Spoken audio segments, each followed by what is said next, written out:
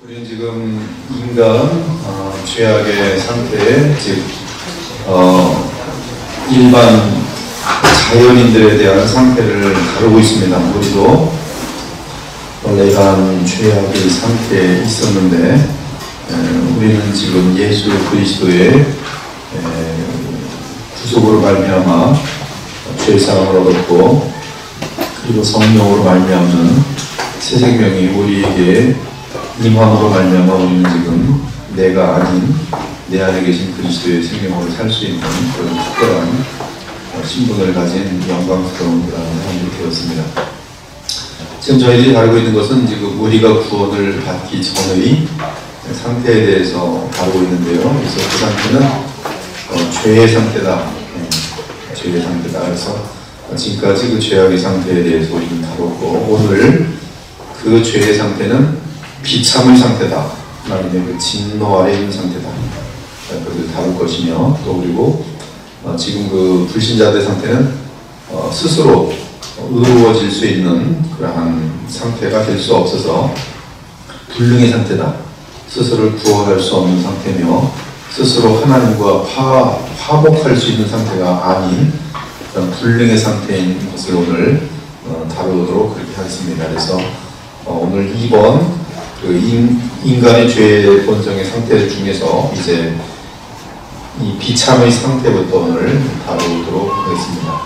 에베소 2장 3절 보면은 우리도 다른 이들과 같이, 여기 다른 이들은 구원받지 못한 사람들이죠. 세상 사람들과 같이 본질상 진노의 자녀이었더니, 이 죄의 상태는 비참한 상태일 수밖에 없고 영적인 원칙이고 자명한 것이기 때문에 누구든지 예외가 없습니다. 죄의 상태는 비참한 상태고요. 그리고 죄가 앞서가면 반드시 멸망이 따라오게 되어 있습니다.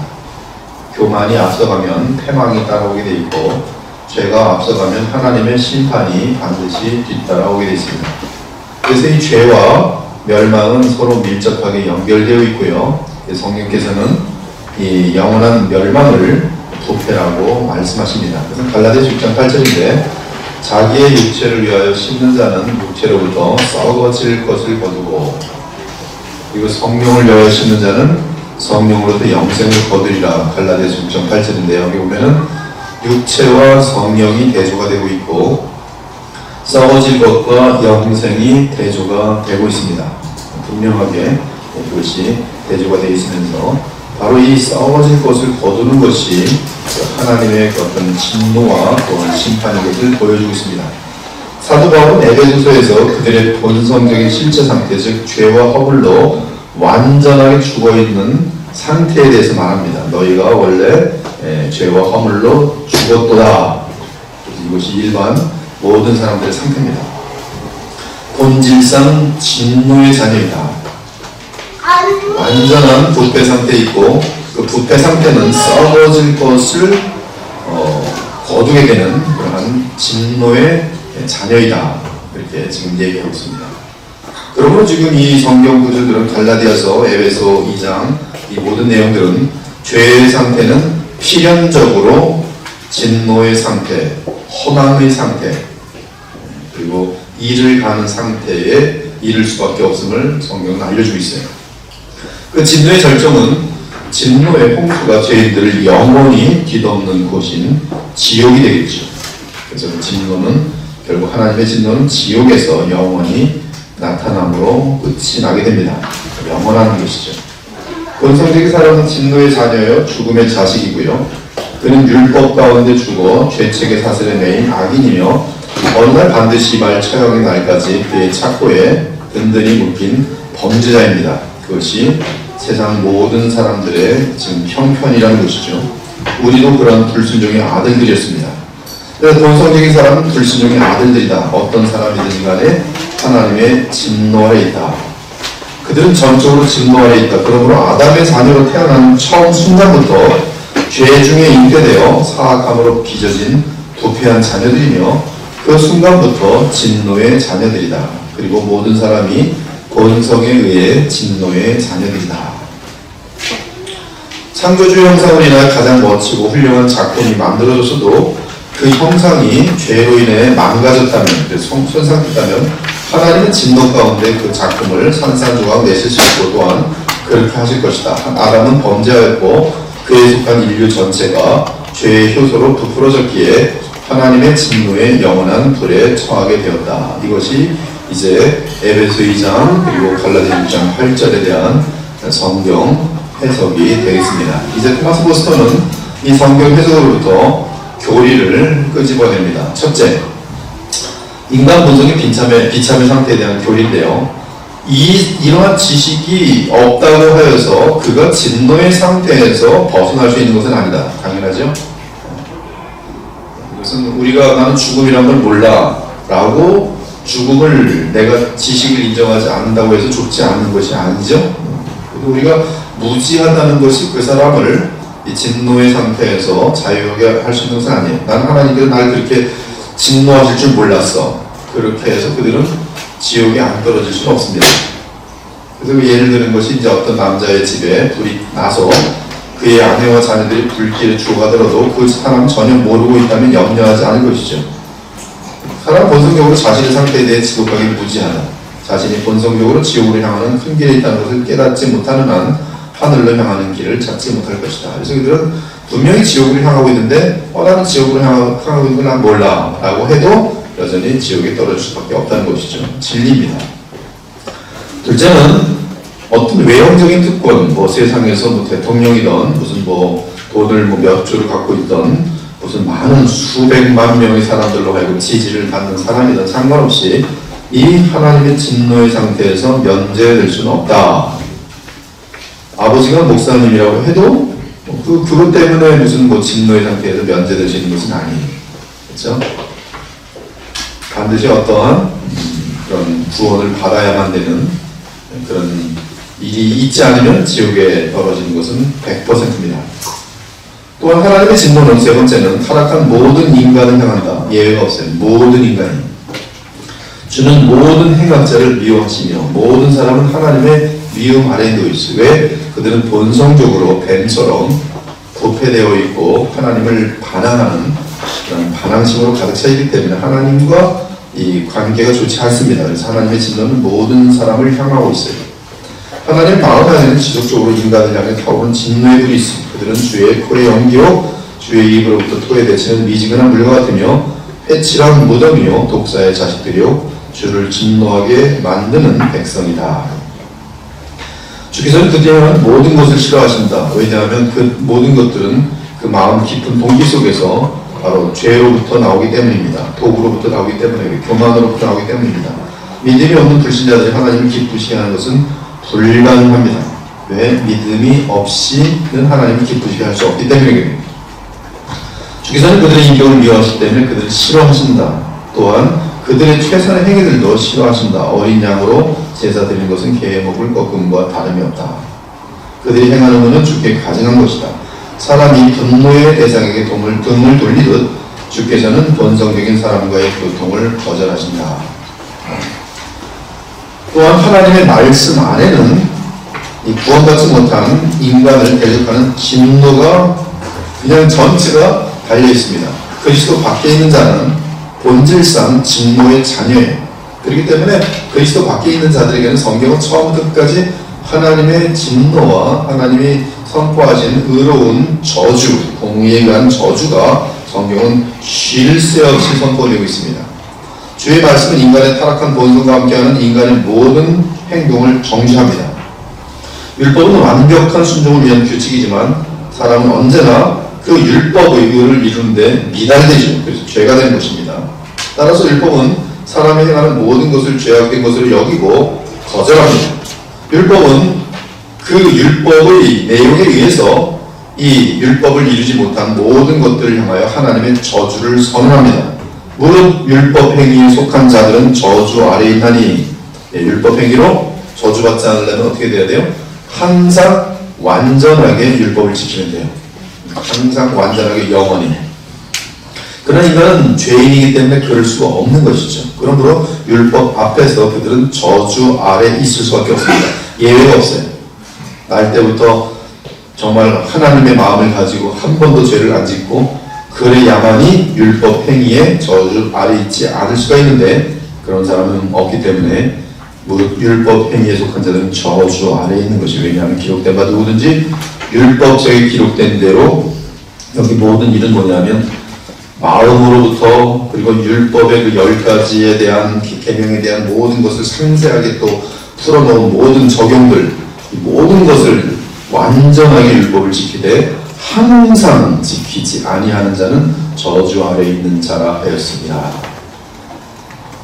그래서 성경은 율법으로 구원받을 수 있다 없다? 없어요. 한 사람도 없습니다. 그것이 이 로마서의 가장 맨 앞부분에서 다룬 내용입니다. 그래서 너희들은 예수 그리스도 없이는 멸망밖에 없다. 율법 아래 모든 사람들은 죄인들이다. 그것이 이제 성경의 선포입니다. 주의 말씀 안에 있는 하나님의 경고들은 검은 구름처럼 그의 머리에 두루워져 있으면서 아무 때라도 비를 쏟아부을 준비가 되어 있다. 주의 말씀은 타락한 인간의 파멸을 분명하게 보장한다. 심지어 인간의 몸과 영혼도 하나님의 진노 아래 이미 놓여 있습니다. 날 때부터 이미 놓여 있어서 우리는 세월이 지나가면서 죽음을 향하여 가게 돼 있어요. 그러니까 어떤 사람은 뭐 90살까지도 살고 100세까지 넘게 살지만 어떤 사람은 10살에도 죽고 또 사고로 죽고, 이제 이 모든 그 하나님의 그 진노 아래 있습니다. 저주 아래 있습니다. 반드시 죽습니다. 병도 찾아오죠. 아무리 아름답던 또 아주 몸이 건장한 사람들도 90살, 70살, 80살 되면 다 약해집니다. 이 모든 것들은 지금 저주 아래 있음을 보여주는 증거인 것이죠. 인간의 영혼 역시 하나님의 진노 가운데 있습니다. 인간의 영혼은 하나님과 어떤 교제도 가능하지 못합니다. 그래서 그 누구도 중보자 없이는 구원받지 못하고서는 하나님의 목전에 서지 못합니다. 본성적인 사람들은 아담이 그들에게 남겨준 상태 그대로 주님의 은혜로운 목전에서 쫓겨난 상태예요. 그래서 그들은 하나님을 자기 멋대로 상상을 할 수 있는지 모르지만 하나님의 보좌 앞에 실질적으로 나간 사람은 한 사람도 없습니다. 하나님의 보좌 앞에 나가는 사람은 유일하게 누구만 있어요? 바로 여러분들이 구원받은 사람들. 누구를 통해서? 예수 그리스도 중보자 외에는 죄의 문제가 해결되지 않았기 때문에 멸망받게 됩니다. 그러므로 그 영혼은, 여러분 그 아이 때는 그래도 맑아요. 죄를 덜 졌기 때문에. 그러나 그 나이가 계속 먹어가면서는 계속 녹슬어갑니다. 상처가 생기고 또 거짓말을 하면서 양심이 또 마비되고. 이 선한 방향으로 바뀔 수 있는 유일한 종류는 크리스천들밖에 없어요. 거듭난 크리스천들. 그 나머지는 세월이 지나면 다 약아지고 또 위선적이고 더 간교해지고 그렇게 도피하게 돼 있어요. 그래서 선을 향한 혐오들, 본성적인 어둠들, 그들의 감정의 무질서, 양심의 병들어감, 그들은 오늘 계속적으로 세월이 지나가면서 더욱더 악화됩니다. 때때로 하나님의 분노하신 손으로부터 치명적인 타격을 당하고 그들 영혼적인 들어오는 진노의 화살을 맞습니다. 맞게 되는데, 그럼에도 불구하고 그들은 그 마음이 깨끗해지지 않아요. 여전히 밖에 버려진 가지처럼 말라서 황폐합니다. 그들은 빛에 대하여 그들의 눈을 감아버립니다. 그들은 세상 신인 마귀에게 준바되어 더욱 눈이 멀게 됩니다. 하나님의 미혹의 역사를 그들에게 보내서 거짓 것을 믿게 하신 것처럼 그들은 가짜를 얘기하면 그렇게 잘 믿고 진짜를 얘기하면 그렇게 싫어하고 거부하는 모습을 보여주고 있어요. 그들은 하나님을 대항하여 강팍하여지고 주께서는 그들을 사탄과 그들 자신의 마음에 내버리십니다. 그러면 그들 마음은 더더욱 강팍하여져서 그들은 악한 감정들의 종이 되어버린 상태 속에 살아갑니다. 그들은 불타는 정욕이 그들을 이끄는 대로 극한 방탕에 달려가도록 내버려집니다. 이것이 세상 사람들의 모습이에요. 아니, 제 어렸을 적엔 그런 애가 아니었는데 어떻게 저렇게 될 수 있을까? 깜짝깜짝 놀랄 무서운 행위들, 그런 것들은 다 인간의 끝없는 부패를 보여주는 증거들이죠. 본성적인 인간의 삶에도 진노가 놓여 있어요. 사고들도 많고, 그렇죠? 또 불행한 일들이 발생하고, 또 좀 평안하다 싶으면 그렇게 미련해지고, 관계가 깨지고, 돈이 없을 때는 부부가 힘을 모아서 사랑하면서 돈을 열심히 벌었는데 돈을 많이 벌었더니 둘 다 바람이 나서 서로 이혼을 해요. 얼마나 그런 일이 많은지 몰라요. 그래서 소위 세상 사람들이 저 사람 너무 잘 됐어, 복 받아서 했는데 오히려 그 복은 그들의 가정을 완전히 무너뜨리는 그런 요인이 된 데가 허다하게 많습니다. 이런 모든 것들이 저주죠. 저주예요. 거룩한 율법은 그를 죽이는 조문이고요. 복음의 사역은 그에게 사망으로부터 사망에 이르는 냄새입니다. 구원을 거절합니다.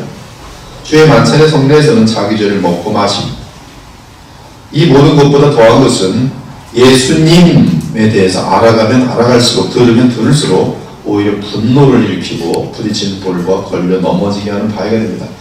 제가 지금 요한복음을 지금 묵상한다고 얘기했죠. 묵상을 하는데 요한복음을 이제 보면은 이 유대인들이, 특히 종교 지도자들이, 바리새인 서기관들, 종교 지도자들이 예수님을 알아가면 알아갈수록 더 죽이려고 해요. 처음에는 경계를 했다가 조금 지나면 이제 죽이기로 마음을 모았다가 그 세 번째는 이제 모의를 합니다. 네 번째는 이제 두 아들을 잡아오거나 무조건 잡아라. 니들이 보이기만 한 예수님 어디, 그 다음에 다 힘을 모아서 예수를 지금 찾기 시작합니다. 그래서 예수님이 나중에는 보면 광야에서 숨어 다닙니다. 이들은 그 하나님이 보내신 최고의 사랑을 오히려 거기에 알면 알수록 부딪히는 돌처럼 돼서 거기에 자빠져서 영원한 멸망길로 달려가 버린 것이죠. 그는 사탄의 권세 아래 있어요. 마귀는 그에게 승리하기 때문에 죄에게 진작을 받아 다 죄에게 포로가 됩니다. 죄를 이길 수가 없어요. 이미 죄와의 게임 속에서 졌기 때문에 죄의 종로로 타는 것이 인간인 것이에요. 그래서 죄의 노예입니다. 근데 그 죄를 가지고서 사람을 조절하는 존재가 사탄이죠. 그래서 이 죄의 진자들마다 마귀의 포로입니다. 그러므로 그는 죽음의 세력을 잡은 자고 마귀의 무겁게 짓누르는 손 아래 있어요. 마귀는 공갈 협박으로 사람을 부릅니다. 그래서 거기에 꼼짝 못하게 이 죄 아래 있는 사람들은 이 공갈 협박을 이길 수가 없어요. 그래서 많은 사람들이 A라는 죄를 져놓고서는 공갈 협박 때문에 계속 죄를 빠져나오지 못하고 더 무서운 죄를 짓게 되어 있습니다. 사단의 권세에서 벗어나는 길은 딱 한 가지예요. 뭐냐 하면 자복하고 회개하고 주님께 살려주세요, 예수님하고 외치는 그것밖에 없어요. 여러분 혹시 죄 때문에 지금 고통당하고 있는 사람 있습니까? 이게 큰일 났구나. 이게 지금 마귀에 걸려들었냐면 거기 더 이상 마귀에게 놀아나지 마세요. 그래, 죽자. 터질 거 터져도 좋으니까 죽자. 그리고 예수님께 나아가세요. 거래하지 마세요. 그러면 더 센 공갈 협박들이 오지. 그런 신경 쓰지 마세요. 주님께 맡기세요. 그럼 주님이 알아서 하세요. 그리고 새 출발하면 되는 거예요. 근데 그걸 못하니까 계속 영적으로 성장하지 못하고 계속 죄 가운데서 빠져나오지 못하는 것입니다. 사탄의 권세 아래에 있는 자들은 항상 그 원칙가 있습니다. 여덟 번째로 본성적인 인간은 최후의 심판 이후에 하나님의 무한한 영원한 진노를 받게 된다. 이것이 제일 무섭죠. 율법은 저주의 불덩이를 계속 그에게 던진다. 오랫동안 모독을 받아 지쳐버린 하나님의 인내가 끝이 난다. 이 부분이 제일 무섭죠. 지금도 하나님은 인내하고 계세요. 요한복음에서 보니까 가룟 유다를 예수님께서 마귀라고 불렀어요. 데블이라고, 마귀라. 너 중에 하나는 마귀니라. 가룟 유다에 대해서 인간적으로 미화시키지 마십시오. 하나님께 도전하는 거예요. 근데 그럼에도 불구하고 그는 사람이란 말이에요. 그렇죠? 마귀에게 철저하게 지금 조절당하고 그에게 직접 마귀가 들어갑니다. 근데 마지막에 마귀가 들어가기 전까지 예수님이 하시는 걸 보면 그에게 계속 기회를 주는 걸 볼 수 있어요. 사랑의 기회. 이 공동체에서, 구원의 공동체에서 나가지 못하도록 계속 손을 내미십니다. 예수님은 스스로가 그 공동체에 속한 존재가 아니기 때문에 뻥 차고 마지막 떡 한 조각을 딱 주시니까 뻥 차고 어둠으로 들어갔더라 하게 돼 있어요. 그리고 나서 이제 자신의 스승이요, 자신에게 평생 선한 일만 행하신 예수 그리스도를 팔아넘긴 것이죠. 그는 스스로 예수 그리스도께서는 인내는 계속 진행되고 있었지만 스스로 그 하나님의 사랑을 차단시켜버리고 죽음으로 달려가죠. 이것이 본성적인 인간입니다. 죄. 그것이 요한복음 3장 같은 데 보면 바로 1장에도 그렇고요. 빛이 왔지만 그러나 어두운 그 빛을 싫어하기 때문에 거절하고 죽이는 것이죠. 자기의 정체를 드러내는 것입니다. 그러니 진노의 자녀에게는 얼마나 끔찍한 일입니까? 하나님이 그의 원수이기 때문에 그는 하늘로부터 아무런 위로를 받을 수 없다. 그리고 이제 하나님의 이제 크신 진노의 특징이 나오는데요. 이것이 무서워요. 하나님의 크신 진노의 특징. 이 청교도에서의 가장 큰 특징은 이제 이 율법과 하나님의 진노에 대한 너무나 섬세한 묘사들입니다. 근데 여기서 지금 영원한 세계를 다루는 게 아닌데 지금 이 하나님의 크신 진노의 특징에 대해 지금 죄 아래에 있는 자들이 하나님의 그 크신 진노가 무엇인지를 희미하게나마 알 수 있도록 이렇게 지금 분명하게 보여줍니다. 첫째, 하나님의 진노의 특징은 어찌 누가 하나님을 이기겠어요? 불가항력적이 그 어떤 것도 그분의 진노 앞에 설 수 없으며 그 진노를 막을 수 없어요.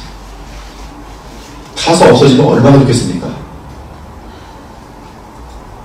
사자 앞에 있는 어떻게 표현해야 될지 모르겠어요. 태양 앞에 있는 뭐라 그럴까? 벼룩이라 그럴까? 그것도 아닌 것 같고 하여튼 불가항력적인 거예요. 주께서 한번 노하실 때에 누가 주의 목전에 서리이까? 하나님의 진노는 아무도 견뎌낼 수 없다. 지옥에 대한 그 그림에 있어서도 지옥이 왜 무섭냐 하면 거기서 뜨거운 불이 있고 영원하다는 것이 무섭지만 더더욱 무서운 것은 하나님의 그 죄인이 느끼는 하나님의 그 어떤 그 어미함, 그 하나님의 그 분노, 영원한 진노, 거룩한 진노죠. 거기 앞에 서 있는 모습. 마치 그 밤에나 달려야 되는 이 바퀴벌레가 태양빛 아래서 갈 곳이 없어 있는 상태. 너무나 이 속성이 무한하게 반대가 되어 있는 그 상태가 지옥의 고통이다. 이렇게 묘사할 정도로 청교도일 중에는 이 지옥은 하나님의 그 거룩한 그 어미가 그 자리에도 임하고 있기 때문에 그것이 바로 영원한 고통이다. 이렇게 표현하는 것도 있어요. 대단한 엄청난 통찰력이죠. 죄 가운데 있는 인간들이 하나님의 그 거룩한 태양빛 안에 설 때에 그 진노를 어찌 견뎌낼 수 있는지. 하나님의 진노는 강력하고 맹렬한 누가 주의 노용의 능력을 알면 누가 주의 진노의 두려움을 알리까? 하나님의 진노의 강력함이 어느 정도인지 아무도 그것을 절대로 알 수 없다. 이 땅에서든 지옥에서든 하나님의 진노가 아무리 맹렬할지라도 하나님은 여전히 그 진노를 훨씬 더 강하게 시행하실 수 있다. 오 죄인들이여 당신이 어떻게 당신을 갈갈이 찢고 또한 당신을 가루로 만드는 그 진노를 견딜 수 있겠는가? 하나님의 진노는 꿰뚫으며 애이는 진노이다. 우리가 송곳으로 찔리는 고통을 당한다면 얼마나 비명을 지르고 아프겠어요. 근데 그거는 비교가 될 수 없는 것이죠. 수천만 배 애이는 꿰뚫는 어떤 고통도 불에 타는 것보다 더 강렬한 것은 없다. 그리고 어떤 불도 하나님의 분노의 불만큼이나 애이지는 못한다. 사람이 벼락을 맞을 때 종종 피부에는 어떤 상처도 보이지 않으나 와 이게 참 무서운 말이에요. 이게 실제 본 것 같아요. 토마스 보스턴이 벼락을 맞은 사람 피부는 상처도 없어요. 네, 보면 그 뼈는 다 녹아버렸어요. 이와 같이 하나님의 진노는 사람 안에 있는 영혼까지 꿰뚫으며 그 영혼을 녹여버린다. 가장 무서운 것은 하나님의 진노는 영원하다. 좀 빠져나올 수만 있다면. 그래서 누군지 모르겠어요. 아마 뭐 조나단 에드워드 같기도 한데요. 억만 년이 지나서 그래서 지옥의 고통이 끝난다면 사람들은 그나마 소망을 가질 것이다. 억만 년이 지나면 끝날 거니까. 근데 억만 년이 지나도 끝이 안 난다고 하는 지옥의 고통, 거기에 사람들은 무너지고 영원히 무너질 것이다. 죄의 진노가 대단히 끔찍하고 영원하지만 그것은 가장 공의로운 진노이다. 그 진노는 조그만 불공평의 연기조차 없는 깨끗한 불이다. 죄인들을 대항하여 가장 큰 분노로 뜰끓는 진노에 관한 수정처럼 맑다. 그래서 이 하나님의 공의의 진로는, 하나님의 진노는 공의롭기 때문에 하나님의 백성들 또 주의 천사들은 영원히 박수치는 거예요. 할렐루야. 주의 공의는 영원토록 아름답고 마땅하옵니다. 우리들도 거기에 박수치는 거예요. 하나님의 공의는 거룩한 진노예요. 거룩한 진노. 진노를 내리시는 하나님이 불의하시냐? 결코 그렇지 아니하리라. 만일 그러하면 하나님께서 어찌 세상을 심판하시리요. 그럼 오늘 이 비참의 상태, 그 진노의 상태에 대해서 적용을 하면 우리는 무죄한 상태에서 태어나지 않은 것이 분명하다. 그렇죠? 우리는 무죄하지 않아요. 하와가 지음받을 때처럼 그런 순수한 상태에 있지 않은 것은 분명합니다. 죄인들은 더 많은 진노를 받기 위해 죄악된 길을 계속 간다. 놀랍게도 우리는 태어나는 그 순간부터 죄를 져요. 인생을 살아가면서. 저도 제 인생을 인생을 돌아볼 때 죄가 너무 많아요. 점철이라고 그러죠. 기억되는 죄악들이 있어요. 1년, 2년 지나가면서 죄만 짓고 안 하거든요. 예수 그리스도의 정말 거듭나게 하시는 역사가 없다면 저는 그 죄의 점철이 더 깊어 갔었을 것이지 그 역방향으로 갈리지 못했을 것입니다. 또한 지은 죄악들에 대해서도 예수님께서 내 대신 십자가에서 그 형량을 지셨으니까 내게는 그 형량이 오지 않는 것이지, 만약 예수님이 지지 않았으면 그 형량은 지옥의 형량이라는 것에 대해서 제 양심은 동의한 바가 있어요. 우리는 분명히 지금 더 많은 진노를 받기 위해 계속 죄악된 길을 걸어갑니다. 불신자들은 더더욱 그렇대요. 사람은 자신의 머리 위에 계속 숯불을 쌓아놓는다. 진노의 불에 더욱더 많은 연료를 얻어놓는다.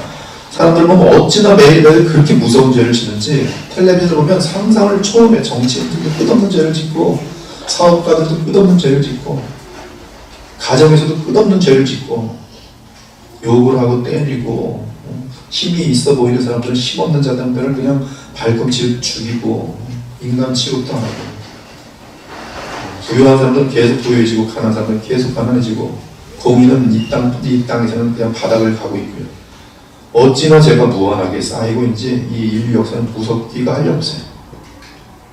또 마귀는 어찌나 승리하고 있는 것처럼 보이는지 무섭기가 한없어요. 하나님께서 소돔과 고모라의 죄가 관영할 때까지 심판을 기다리셨는데, 관영할 때 다 쓸어버렸어요. 관영하면 다 쓸어버렸어요. 아직 중생하지 못한 상태에 있는 사람들에게 지금 이제 토마스 보스터는 이 진노의 상태를 하면서요, 이걸 다루는데, 이 내용은 지금 믿지 않는 자들 향한 권면이기 때문에 내용이 되게 아름다워요. 그래서 여러분들이 한번 이 내용을 쭉 한번 제가 읽어볼 테니까 여기 보면 적용해서 3번 아직 중생하지 못한 상태인 사람들에게, 이 글을 보면 이 토마스 보스턴의 가슴 아픈 그런 원본에는 이제 더더욱 강력하게 있는데요.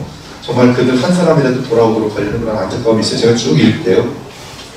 오 진노의 자녀니까 불신자들에게 하는 글입니다. 일종의 오 진노의 자녀인 당신이여, 참담한 이 상태에서 당장 오직 유일한 피난처인 그리스도께 피하라. 서둘러 그 상태에 벗어나라. 이것은 너희가 쉴 곳이 아니니 일어나 떠날지어다. 오 죄인이여, 당신이 어디에 있는지 아는가? 당신의 위험을 보지 못하는 것, 저주가 당신의 영혼 속에 들어와 있다. 진노가 당신을 뒤덮고 있으며 하늘은 당신의 머리 위에서 점점 더 검어지고 있다. 땅은 당신 때문에 피곤하고 구덩이가 당신을 향해 입을 벌리고 있다. 그리고 당신의 생명의 끈이 언제라도 끊어지면 그 순간 당신은 모든 소망을 영원히 잃게 될 것이다. 행의 언약 아래에서는 당신을 위한 어떤 구원도 없다. 그 언약의 어떤 조건도 당신이 수행하기는 불가능하다. 당신이 이미 저지른 잘못에 대해 하나님의 공의가 만족되어야 한다. 당신은 장래의 영원한 진노를 피하기 위해 율법을 완전하게 순종해야 된다. 율법을 그렇게 말한다. 율법을 행하는 자는 그 가운데 사니라. 오 죄인이여, 사다리를 만들어서 그것으로 하나님의 보좌에 닿을 수 있는지 확인해보라. 당신의 팔을 내밀어 바람을 날개 삼아 구름을 잡은 후에 저 하늘들을 뚫고 들어갈 수 있는지 시도해보라. 또한 저 위에 하늘에 올라가면 벽으로 된 성벽을 뚫을 수 있는지 확인해보라. 당신이 이 일을 할 수 있다면 행위 언약 아래에서 당신의 본성을 가지고 하늘 및 하나님의 보좌에 닿을 수 있을 것이다. 또한 행위 언약 아래에서는 죄사함이 전혀 없다. 당신은 당신의 목덜미를 붙잡고 끌고 다니는 무자비한 채권자의 손안에 있다. 그는 당신이 진 빚을 갚으라고 말하며 당신을 감옥에 던진다. 만일 당신이 당신의 모든 빚을 책임질 수 있고 당신의 추적을 보장할 수 있는 보증인을 제때 구할 만큼 지혜롭지 못하다면 당신은 마지막 한 푼이라도 남김없이 다 갚기 전에는 그곳에 계속 머물러야 있어야 한다. 그렇다면 우리가 구원받는 것은 불가능하다. 그렇다. 당신이 그 상태 안에 있는 한 그러하다.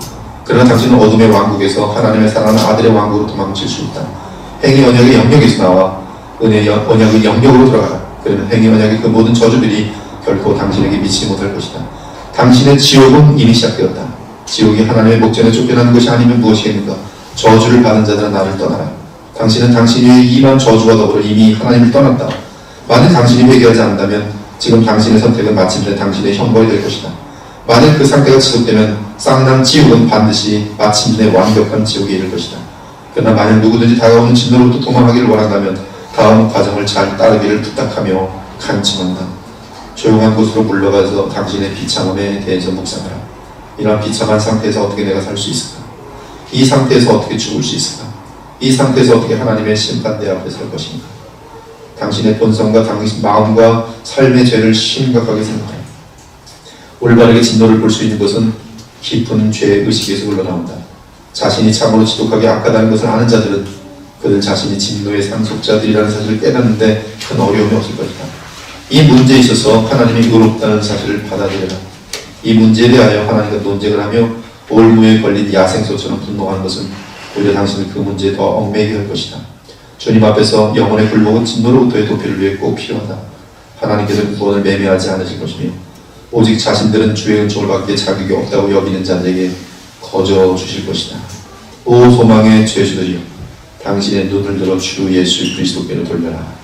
그가 자신에 대해 복음하여 제시하는 그대로 그분을 받아들이라.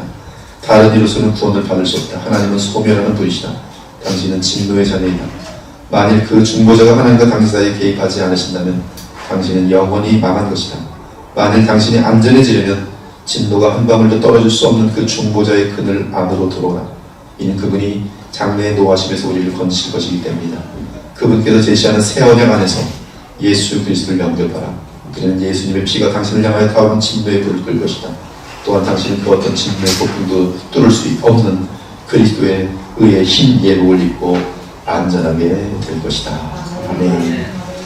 이것이 지금 그 하나님의 진노, 거룩한 진노, 죄를 향한, 죄인을 향한 하나님의 거룩함에서 벗어날 수 있는 유일한 길, 바로 중보자 되시는 하나님의 아들 우리 주 예수 그리스도께로 피하는 것이죠. 이제 인간의 그 죄성의 상태 속에서 이제 사람의 본성의 불능의 상태에 대해서 말할게요. 많은 지금 알비니우스 주의들이 인간은 하나님을 택할 수 있다라고 착각하고 있는데, 그것은 이 개혁주의 그리고 정통 이 신학에서는 무슨 용납되지 않습니다. 인간은 그냥 하나님을 싫어하는 존재예요. 우리가 아직 연약할 때 기약대로 그리스도께서 경건하지 않은 자를 위하여 죽으셨도다. 나를 보내신 아버지께서 이끌지 아니하시면 아무도 내게 올 수 없으니. 우리는 이러한 불신자들의 불능의 상태를 알기 때문에 무엇을 해야 합니까? 우리는 그들을 위하여 기도해야 돼요. 하나님의 자비가 그들에게 임하기를 기도해야 돼요. 그들을 구원하시기를, 모든 사람들이 구원받기를 원하는 것은 하나님이 기뻐하시는 마음이에요.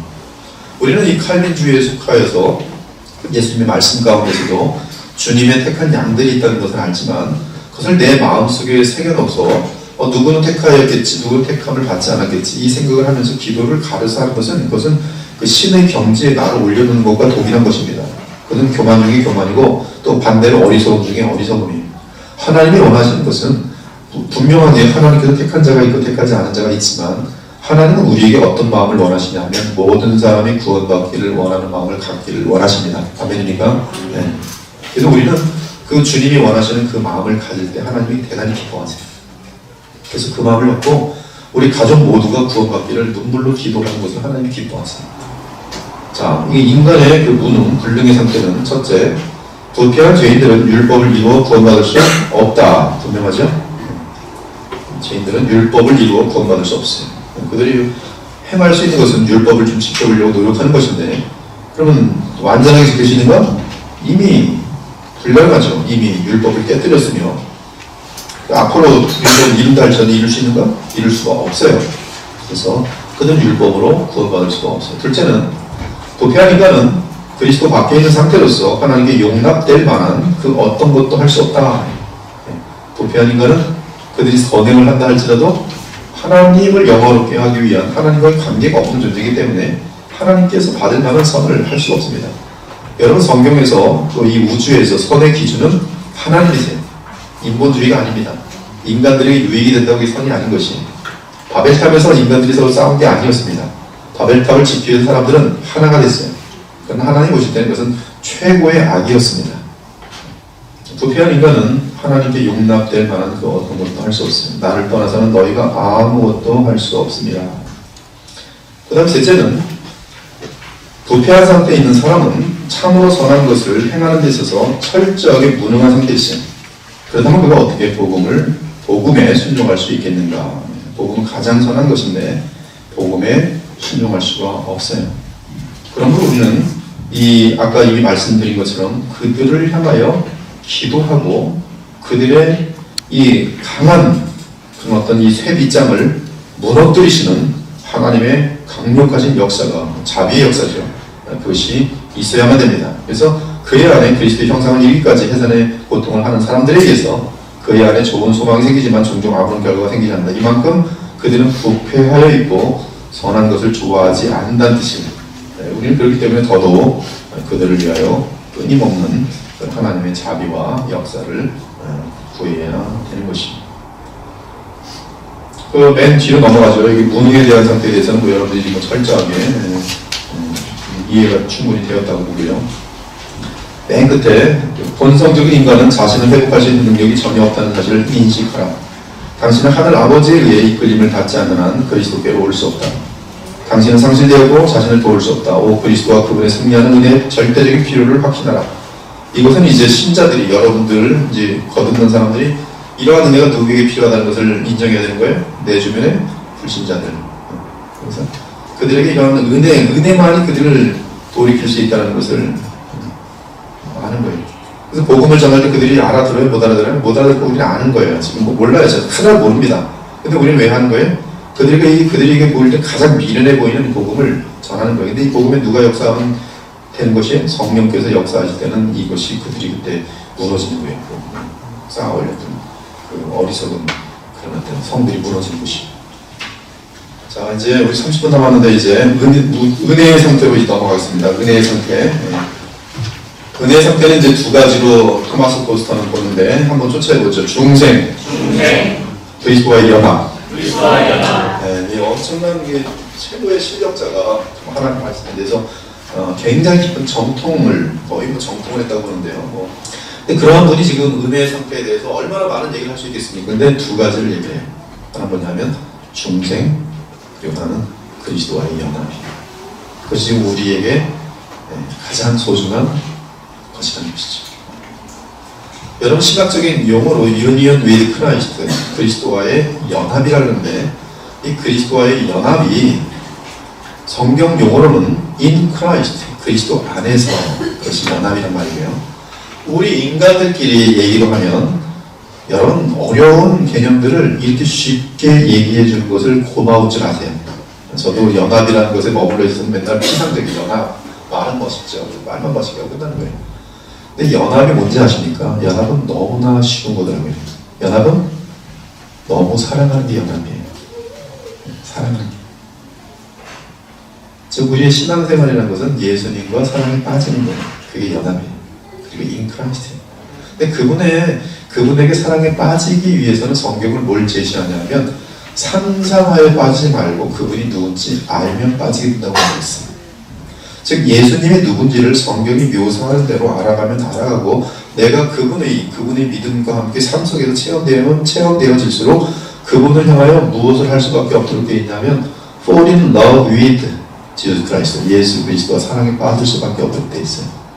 그 사랑에 빠져있는 그 상태가 연합이에요. 근데 그것이 우리로 하여금 죄를 이기는 최고의 힘이며 지혜를 얻는 최고의 힘이고 그리고 하늘의 평강을 누린 최고의 것이에요. 결국 뭐예요? 사랑이에요. 사랑을 신학적으로 멋있게 말하는 게 연합이에요. 아멘입니까? 예수님을 사랑하는 거예요. 근데 괜히 어떤 그 감상적인 사랑 말고 그분을 어떤 분인지 알아가는 그곳 속에서의 무한한 깊이 속에 사랑에 빠져들어간 것을 연합이라 말하고 있어요. 너무 아름답죠? 그것이 은혜의 상태예요. 그러니까 여러분들 내가 어떻게 예수님을 닮을까? 답은 유니언 위드 크라이스트인데 그 답은 스테바나 목사의 답은 뭐예요? 예수님을 사랑하는 거예요.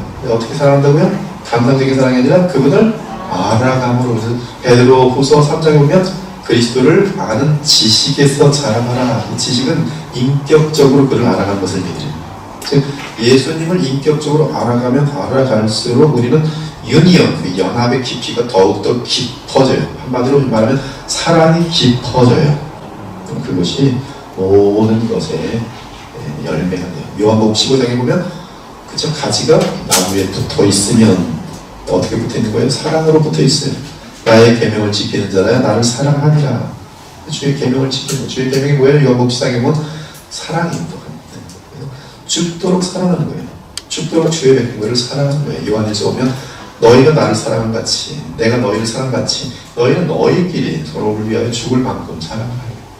그것이 주님께서 우리에게 주시는 연합이면 연합된 사람들이 서로 그런 연합으로 함께 할 때에 그것이 무한한 에너지를 선한 에너지를 태양빛과 같은 그런 에너지를 이 어두운 세상 가운데 확 하고 빛을 발할 수 있다는 뜻이. 그래서 지금 이 공동체가 그리스도를 향한 사랑으로 뿌리가 깊어지고 서로를 향하여 사랑하고 진리 가운데 변화되어 가고 있으면 우리가 뭐 세상에 어떤 영향을 끼칠까 너무 고민하지 마세요. 제가 만난 어떤 분을 보니까 내가 주님을 위해 살긴 살았는데 무엇을 할까 밤새 고민하고 있더라고요. 그래서 아직까지도 벌써 10년 지났는데 아무것도 못하고 있어요. 고민만 하고 있어요. 왜? 그것은 자기가 할 수 있는 게 아니고 예수 그리스도에게 정신 빠져 사랑하고 있으면 하나님이 하실 일을 감히 내가 예수님을 위하여 뭘 할까 이러고 있는 사람은 아무것도 못합니다. 그런 거 생각하지 마세요. 뭐만 하면 돼요? 하나님 예수님 사랑하기 위해서 온 마음을 다하세요. 근데 예수님 사랑은 예수님의 몸된 지체들 사랑하는 거예요. 여러분 불신자들에 대해서 너무 많은 신경 쓰지 마세요. 그들이 주님께로 돌아올 수 있도록 그들을 위하여 눈물로 기도하는 것이지만 내 가족들이고 친척들이고 주변 사람들이고 그러나 우리에게 중요한 대상은 누구냐면 이미 그리스도 안에 있는 지체들이에요. 지체들. 이들은 영원히 우리가 함께 살 사람들입니다. 대단히 소중한 존재들입니다. 여기 신경 많이 쓰셔야 돼요. 그래서 갈라디아서 6장에 너희가 선한 일을 많이 하되 더욱 그렇죠? 그리스도 안에 있는 너희 가족들에게 믿는 자들에게 먼저 믿는 자들에게 선을 행할 수 있도록 되어 있어요. 제가 그래서 안민자들을 돕는 것도 중요하지만 그렇죠? 예수님의 복음을 위해서 그러나 더더욱 내 지체 가운데 필요한 자들에게 사랑하고 돕는 것이 성경적인 것입니다. 이제 중생이라는 것이 나오는데 중생. 청교도 신학에 가장 중요한 어떤 그 단어가 있다면 regeneration, 중생이라는 단어입니다. 중생. 그리고 청교도 신학에 이제 나름대로 좀 깊게 빠진다고 하는 사람들이 항상 보면은 당신은 중생했는가에 대한 어떤 여러 가지 그 어떤 테스트들을 이렇게 쫙 나열해요. 그 테스트를 다 합격하면 중생으로 지금 간주해요. 그래서 많은 사람들이 이제 그런 테스트를 하는데 제일 중요한 테스트 중에 하나가 뭐냐면 우선순위에 대한 테스트예요. 정말 당신의 삶 가운데 예수님을 가장 사랑하는가 아니면 예수님은 다른 것보다 밀려서 사랑하는가 아들을 내 자녀를 예수님보다 더 사랑하는가 그럼 중생 테스트에도 페일이에요. 아직 당신은 중생하지 않았습니다. 그런 테스트입니다. 여기서도 지금 토마스 보스터는 이제 중생에 대한 얘기를 하는데요. 대단히 깊습니다. 이거는 이제 은혜의 상태 들어가기 때문에 좀 이제 아직 우리가 7주가 남았거든요. 좀 이제 구체적으로 좀 들어가도록 하죠. 이 죄의 상태를 너무 다루니까 그리고 지난번에는 죄의 상태를 다뤘는데 돌아가는 발걸음들을 보니까 터덕터덕 너무 뒷모습이 초라하고 그래서 제가 오늘 저도 여러분들에게 좀 너무 이렇게 힘 빠지게 하고 싶은 마음이 없어서 오늘 지금 많이 건너뛰는 거 느꼈죠? 오늘도 또 갈 때도 오늘 그 죄의 상태를 또 그래서 빨리 끝나고 지금 30분에 이제 은혜의 상태, 지금 우리의 상태, 그래서 지금 있는 우리의 상태 속에 이제 우리는 어떻게 이제 달려갈 것인지를 다루는 게 더 중요한 것입니다. 이 거듭남은 태어났다는 뜻을 의미합니다. 토마스 보스는 대단히 실력이 뛰어납니다. 대단히 굉장히 뛰어난 사람이에요. 그래서 이분의 그 성경 주해는 부족한 사람의 소견이지만 상당히 깊습니다. 깊고 아주 상당히 같은 이 어떤 실력 있는 그런 통찰력에서 나오는 그런 깨달음이에요. 본문에서 사용되는 것은 이 본문은 지금 이제 베드로서 1장 23절인데요. 너희가 거듭난 것은 썩어질 씨로 된 것이 아니요 썩지 아니할 씨로 된 것이니 살아있고 항상 있는 하나님 말씀으로 되었느니라. 이 본문에서 사용되는 이 태어났다는 것은 거듭났다는 것은 앞에 너희가 거듭난 것은 합성어인데요. 잉태되어 태어났다라고 이해하면 되겠다. 이와 같은 중생은 전인, 즉 몸이든 영혼이든 특별히 지정의에게 실제로 나타나는 초자연적인 변화로서 자연적인 출생과 적절하게 비교된다. 즉 토마스 보스턴의 이 책을 보면은 여러분들 이 무금의 상태, 죄의 상태, 은혜의 상태, 그리고 영원한 상태로 나누는데요. 이 지금 토마스 보스턴은 그 사람을 다룰 때 특히 무음의 상태 속에서도 무엇을 가지고 다뤘냐면 무음할 때 그의 지각, 즉 지식이 어떠했는지 그때 의지가 어떠했는지 그리고 감정은 어떠했는지 그리고 인간의 어떤 뭔가를 이 어떤 판단을 하는 양심은 어떠했는지 또 이 육체라는 것은 어떠했는지 또 기억이라는 것은 어떠했는지 이러한 것들을 주제로 해서 사람을 다뤘어요. 무음의 상태를. 그리고 이제 죄의 상태에 들어와서도 지각은 어떻게 죄 가운데 죄에 물든 것이 지각은 어떻게 됐는지 지각을 우리가 쭉 따랐어요. 그래서 여러분들이 지식에 대해서 처음에는 다들 나는 항상 바르게 생각한다고 생각했는데 이 과정을 지나면서 나는 죄덩어리 중에 죄덩어리구나. 정말 내가 생각한 거는 죄밖에 없구나라는 것을 많이 동의하는 것을 제가 느낄 수가 있어요. 우리의 지각이 얼마나 부패인지. 그래서 비블리컬 띵킹을 하는 것이 가장 안전하고 그러므로 하나님의 뜻을 찾아야 되는 성경을 연구해야 되는 그 필연성에 대해서 우리는 충분히 공부를 했어요. 그래서 지식에 대해서, 그 다음에 우리의 그 의지에 대해서 우리가 얼마나 하나님의 뜻을 거부하는 존재인지, 그래서 지금 우리가 하나님의 뜻을 찾고 거기에 자기를 부인하고 복종시킬 필요가 얼마나 있는지에 대해서 얘기를 했고요. 그리고 감정이 얼마나 이 지식과 의지를 따르지 않을 뿐만 아니라 얼마나 이 감정이 자기 멋대로 행동하면서 인간을 망치게 되는지를 우리가 돌아보면서 정말 이 지정의가 다 부패되어 있는 것을 보면서 그러면 양심이 어떻게 부패되는지, 기억이라는 것은 얼마나 나쁜 것만 기억하려고 하고 선한 것은 빨리 물에 떠내려 보내는지, 과거의 죄악들만 또 기억나면서 그걸 또 즐기고 있는 우리 자신들의 그 더러운 정체들을 노출시키면서 또 우리 육체 덩어리들이 얼마나 죄의 맛을 알아서 그 육체 자체가 죄를 향하고 있는지, 이런 것들을 우리가 지금까지 다 이제 검토해보면서 인간의 죄 덩어리라는 것은 전인적이고 그리고 불가능하다는 결론까지 지금 내리고 지금 은혜로 들어온 거예요. 근데 은혜가 들어오면서 거듭남이라는 것이 무엇인가? 토마스 버스터는 동일한 원칙으로 이 문제를 다루겠죠. 뭐예요? 거듭난 사람들의 지각은 어떻게 다시 변화되는가? 어떻게 회복되고 있는가? 그의 의지는 어떻게 회복되는가?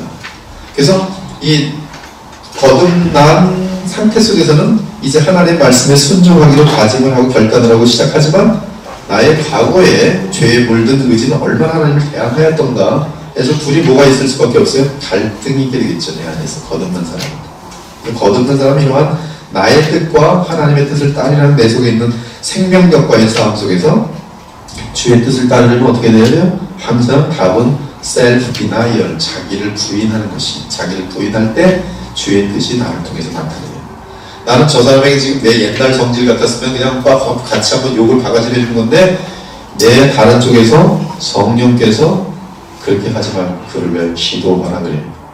그럼 나는 그를 왜 기도하라는 것이 지각적으로도 알아요. 거듭났으니 그게 성경의 말씀이고 하나님의 뜻이라는 거 알아요. 근데 나의 본성은 후련하게 뭐가 후련한 거예요? 가서 욕을 확 후련한 거예요. 저주를 쏟아내면서 거기서 이제 갈등을 하는 거예요. 근데 이렇게 해놓고 나서 후회하는 것이고 회개하는 것이고 다시는 안 그래야지. 그리고 다음에 이제 안 그러게 되면 그 사람은 변화가 되는 것이죠. 그래서 예수님이 닮아가는 것이죠. 이러한 이 과정이 이제 시작되면은 지정의 전인 영역 속에서 계속적으로 이제 생각이 바뀌고 의지가 바뀌고 감정도 바뀌게 되는 것이죠. 이와 같이 중생은 전인에게 실제로 나타나는 초자연적인 변화로서 자연적인 출생과 적절하게 비교된다. 즉 이 말하게 된 것은 이제 이 거듭남에 대해서 말할 때도 지정의, 또 양심, 또 우리의 몸에 대한 것, 기억에 대한 것 다 다루겠죠. 그렇게 이제 다시 이렇게 이제 나눠서 대조시키면서 다루게 되는 모습입니다. 그래서 이 중생은 자연적인 출생과 적절하게 비교된다. 중생의 일반적인 수단은 씨로 불리는 썩지 아니하는 씨이다. 이 씨에 의해 새로운 피조물이 만들어진다. 참으로 우리 몸도 그렇죠. 남성의 그런 어떤 씨에 의해서 여인이 그것을 이제 받아서 우리 이제 한 생명이 태어나게 되죠. 하지만 새로운 피조물이 발생하는 데 쓰이는 씨는 썩지 아니하는 영적인 씨이다. 말하자면 살아있고 항상 있는 하나님의 말씀이다. 거듭나는 것은 무엇에 의해 거듭나는가? 살아있고 항상 있는 하나님의 말씀, 그것이 씨예요. 근데 그 씨에 누가 역사해야 돼요? 성령이 역사해야 되는 것이. 그 씨에 하나님의 순전한 복음, 그 다음에 누가 역사해야 돼요? 성령. 그런 것이 거듭나요. 교리, 이제 주의가 끝났어요. 교리. 은혜의 상태에 있는 모든 사람들은 거듭난 자들이다. 거듭난 자들만이 은혜의 상태에 있다. 그들은 은혜로운 성품과 성향을 부여받았다. 더 한마디로 하면 그들은 은혜로운 생명을 부여받았다. 자, 중생이 아닌 것에 대하여 물세례를 받았다고 거듭나는가? 아니죠. 그것은 실수할 수 있어요. 물세례를 받았다고 해서 다 거듭나는 건 아닙니다. 시몬 같은 경우 맞아서 시몬도 오면은 세례를 받았어요. 그러나 그는 악독한 구원받지 못한 그런 사람인 것으로 드러나게 되죠. 기독교가 국교인 나라에서 많은 사람들이 그리스도인이라고 불리지만 단지 호칭만 그럴 뿐이다. 훌륭한 교육을 받았다고 해서 중생한 것은 아니죠. 요시야 왕은 제사장 여호야다가 그에게 좋은 교사를 있는 동안은 매우 독실하였으나 그가 세상을 떠나서 곧바로 대도함으로 그의 마음이 어떠한지 드러냈다. 심지어 방탕한 삶에서 돌아서서 예절 바른 절제 삶으로 변화하였어도 그러한 변화가 중생을 입증하는 것은 아니다. 그래서 술꾼이었는데 술 끊었어. 그래서 중생했나봐. 이것도 확실하지 않아요. 중생한 사람은 반드시 술 끊죠. 술 끊어져요. 담배도 끊어지고 다 끊어집니다. 소위 하나님의 영광을 가리는 것들은 다 끊어지게 돼 있어요. 그러나 그러한 것들은 타정교회도 가능해요. 예수님 안 믿어도 가능해요. 미국에 알코올릭 리헵이 있어요. 술꾼들 고치는 데가 있어요. 그 기독교는 전혀 무관합니다. 방탕한 삶에서 돌아서 예절 바른 절제 삶으로 변화하셔도 그것이 중생을 입증하는 것은 아니다. 어떤 사람들은 한동안 매우 안일한 삶을 산다. 특히 젊은 시절에 그러하다. 하지만 마침내 그들은 방탕한 삶을 버리고 삶을 개혁한다. 심지어 기독교의 모든 외적인 의무들을 감당하더라도, 주일날 교회를 다니더라도, 헌금을 내더라도, 그렇죠? 무슨 수련을 다닐지라도, 선교여행을 다닐지라도 중생하지 않을 수가 있습니다. 사람들은 이 세상의 부패한 삶에 물들지 않을 수는 있어도 여전히 부패한 인간일 뿐이다. 위선자들은 성령의 모든 은혜들을, 이게 무섭죠? 어떻게? 모방할 수 있다. 여러분, 바리새인들이 사람들 보이는 데서 간음했을까요? 안 했을까요? 그건 안 들킵니다. 횡령했을까요? 안 했을까요? 안 들킵니다. 금식했을까요? 안 했을까요? 엄청나게 금식했어요. 열심히 교회에 모였을까요? 안 모였을까요? 열심히 성전에 모였어요. 구원받았어요? 못 받았어요? 못 받았어요. 그들은 생명을 구원하는 예수님을 십자가에 못 박아 죽였어요. 근데 우리는 흔히 지금 바리새인, 어떤 철저한 바리새인 하나가 나타나서 여기서 교회 생활을 열심히 하면 우리는 믿음 엄청 좋은데 이럴 거야. 우리가 그만큼 이 중생에 대해서 다른 개념을 갖고 있지 않다는 거예요. 이에 성경은 참된 거룩함과 진실한 믿음에 대해 말하는데, 이는 우리에게 가짜 거룩과 가장된 믿음이 있다는 사실을 말해준다. 진실한 믿음. 사람은 자기 나름대로 종교적인 방법을 통해 상당히 엄격한 자리까지 나아갈 수 있지만 여전히 새 출생에 문외한일 수 있다. 그러면 지금 이 저자는 중생의 본질을 말합니다. 중생의 본질. 첫째, 중생하였다면, 중생한 사람이라면, 첫째는 성향의 변화가 나타난다. 성향. 즉, 빛을 좋아하는 성향, 율법을 좋아하는 성향, 예수 그리스도를 사랑하는 성향, 예수님께 감사하는 성향, 하나님께 감사하는 성향, 그리고 내 뜻을 대항하고 하나님의 뜻을 따르는 성향, 이것이 나타나는 성향. 둘째는 거듭남은 완전히 초자연적인 역사다. 즉 성령의 역사예요. 인간이 인간의 힘으로 어떻게 변화되어지는 것이 아니라 성령께서 그에게 임하셔서 하나님의 생명으로 그에게 태어나게 만드는 것이 바로 중생이에요. 이것은 우리 인간들이 알 수 없는 영역입니다. 그래서 요한복음 3장에 보면 거듭난 자들은 마치 바람과 같으니 어디로부터 와서 어디로 가는지 우리가 알지 못한다고 되어 있어요. 제가 이제 폴 워셔의 10가지 현대 교회를 향한 10가지 고발이라는 것을 번역해서 지금 생명의 말씀자가 11월 말 정도에 아마 출판할 것 같아요. 지금 초나. 근데 거기 보면 이제 이 얼터콜이라고 하는데, 오늘 당신이 예수님을 영접하는 이거 여기에 대해서 이제 그 거듭남을 초점을 비중을 둔 것이 얼마나 위험한지에 대한 그 내용들이 나와 있어요. 그것으로, 왜냐하면 우리는 초자연적인 역사로 말미암아 우리는 복음을 계속 전달하고 잘 가르치고 예수님을 따를 수 있도록 결단하는 것은 대단히 귀하지만, 결단했기 때문에 너는 거듭났다라고 말해주는 것은 그것은 대단히 위험한 것이죠. 오히려 그거보다는 계속적으로 하나님 말씀을 붙들고 연합하여서 평생. 미국에서는 그래서 그 부작용이 얼마나 크냐면, 교회 지금도 안 다니는데 당신 거듭났으니까, 아유 너는 크리스찬 어떻게 하십니까? 내가 10살 때 그때 누가 집회하는데 그때 예수님 영접한 적 있어요. 근데 지금 어떻게? 난 그때 그거 믿고 사는 거지. 난 번역이 됐다니. 지금 교회 생활 하십니까? 아니요. 성경 교사 아니요. 천국 갈 자신 있어요. 너는 크리스찬, 난 천국 갈 자신 있어. 이런다는 거예요. 전부 다. 그런 사람들이 자기가 올 때 다 가짜들인데, 가짜들이 전부 다 나그린 천국 갈 수 있다고 확신한다는 거예요. 그 근거가 무엇인가 쫓아봤더니 얼터콜이 얼터콜. 오늘 당신이 예수님을 영접하기만 하면 자신의 그 결단에 대해서 자신의 그 영원한 분명히 결정된 것으로 보는 것이죠. 성령의 그 초자연적인 흘러가는 주님을 의지하고 믿는 그런 여정으로 보지 못하고 가장 깊은 지점이죠. 이 초자연적인 변화, 초자연적인 변화.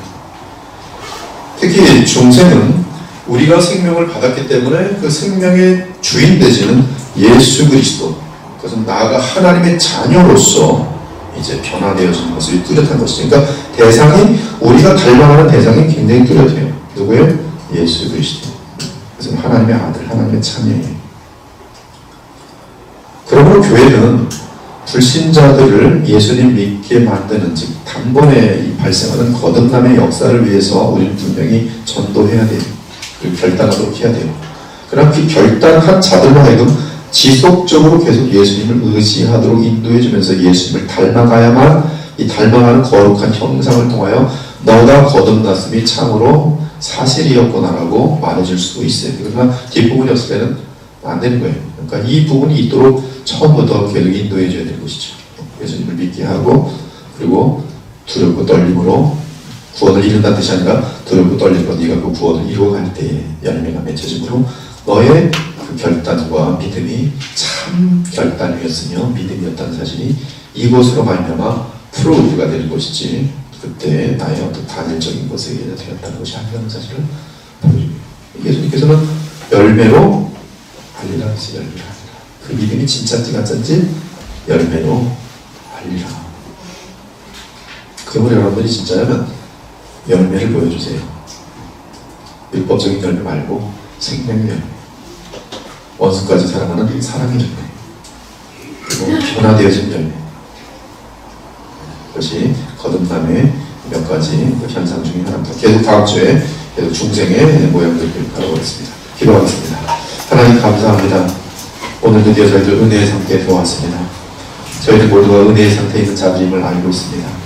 은혜의 상태에 있는 자들은 어떻게 주 앞에서 성장하며 자라날 수 있는지 이 과정을 통하여 배울 수 있길 원합니다. 저희들 인도하시니 감사합니다. 오늘도 주님을 의지하고 주님을 바라보는 우리의 믿음을 붙들고 또 주님과 사랑하면서 감사하면서 연합된 가운데 주의 큰 뜻들이 우리의 삶을 통해서 이루어질 수 있도록 도와주시기 원합니다. 돌아가는 발걸음에 큰 은혜 주시고 또 다음 주에 만날 때까지 하나님이 우리와 함께하여 주옵소서. 살아계신 우리 주 예수 그리스도 이름으로 간절히 기도를 드립니다. 아멘.